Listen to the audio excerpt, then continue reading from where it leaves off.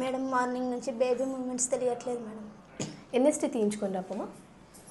Madam last స్కాన్లో baby growth తక్కువగా ఉందని చెప్పారు మేడం. ఇప్పుడు ఎలా ఉందో ఒకసారి చెక్ చేయండి. ఐయూజీఆర్ అని 2 వీక్స్కి ఒకసారి ఎన్ఎస్టీ తీయించుకోమన్నా కదమ్మా, ఒకసారి తీయించుకొని రాపు. Okay madam. మేడం నాకు బీపీ షుగర్ ఉన్నాయి కదా మేడం, దానివల్ల లోపల బేబీకి ఏమైనా ఎఫెక్ట్ ఉంటుందా మేడం? నీకు ఆల్రెడీ డాప్లర్ స్కాన్ చేయించాంబే, అంతా నార్మలే ఉంది. ఒకసారి ఎన్ఎస్టీ టెస్ట్ చేయించుకొని రాపు. ఉమ్మనీరు తక్కువగా ఉందన్నారు కదా మేడం, లోపల బిడ్డ ఎలా ఉందో టెన్షన్గా ఉంది madam. Go and get NST.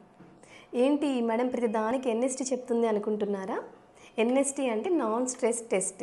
ఈ టెస్ట్ ద్వారా బేబీ హార్ట్ బీట్ ఒక్కటే కాకుండా బేబీకి నర్వస్ సిస్టమ్ ఫంక్షనింగ్ కూడా తెలుసుకోవచ్చు.